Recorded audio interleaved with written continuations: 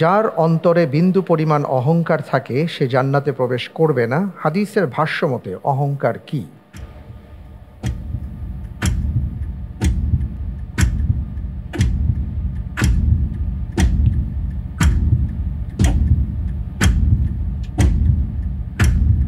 এখানে অহংকার বলতে যারা সত্য আসার পরও মুখ ফিরিয়ে নেয়, আচ্ছা, এদেরকে এই ভাষ্যমতে এটা উদ্দেশ্য।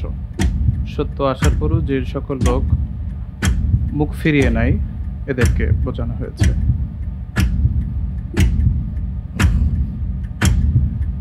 আপনি যে উত্তরটি দিয়েছেন আমি লক করে দিচ্ছি। হাদিসে অহংকারের ক্ষেত্রে রাসূল সাল্লাল্লাহু আলাইহি সাল্লাম দুটি বাক্যে বা দুটি শব্দে তিনি আমাদেরকে জানিয়েছেন।